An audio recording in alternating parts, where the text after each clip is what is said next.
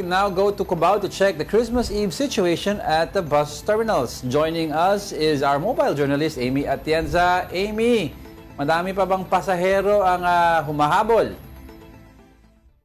Yes, good morning Angela Diego. Dito no sa may Cubao naman, patuloy pa rin naman ang pagdating ng ilang mga pasahero. Pero nung natanong natin no at based din sa naging observation natin sa mga nakaraang araw, mas kaunti na nga yung mga pasahero na dumadating ngayong araw. Halos lahat naman na nakausap natin dito ay nakaschedule talaga for today yung kanilang mga biyahe no, pauwi sa kanilang mga probinsya.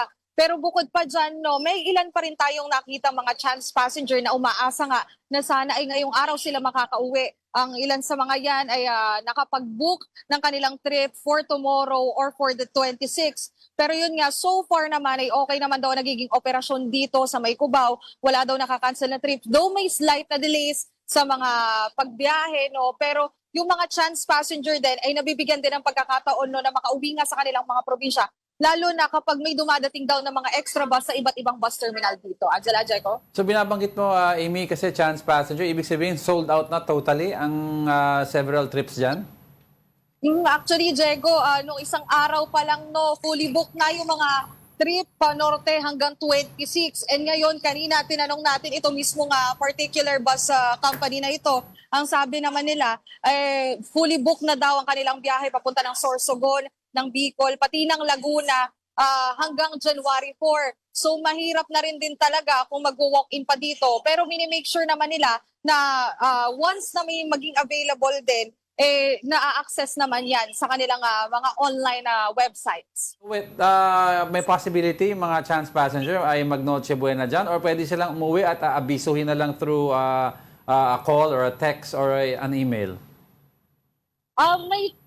Malaki yung chance, no, Diego, na yung mga nandito ngayon, dahil ito yung mga biyaheng tulad nito, biyahe siyang Legazpi, Albay, umaabot daw kasi ng 2 days. Depende pa rin yan sa takbo daw ng barko na sasakyan. So, yung Noche Buena nila, maging yung Pasko nila, ay masuspend na talaga sa bus. Ayun din yung nagiging sitwasyon, no, kapag papunta ng Sorsogon, pati na rin ng iba pang mga probinsya na kinakailangan ngang isakay mismo ng mga roro, no, ng mga at dadaan pa ng mga water areas, no. So, yun yung magiging situation nila. Unfortunate, pero ang mahalaga daw para din dun sa ilang mga pasahero dito na natanong natin, no, ay makauwi daw sila ng kanilang probinsya during the holidays. So, meron pa rin naman daw silang New Year para mag-spend time with the family.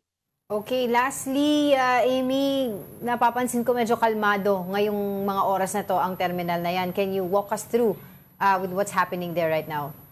Okay, so ikot ka lang muna kayo dito. So nandito tayo sa may Aurora Boulevard. Kung mapapansin nyo din naman yung traffic, no, hindi ganun kabigat, hindi katulad nung nangyari din kahapon. Nadagsa talaga yung tao dun sa mga bus terminal.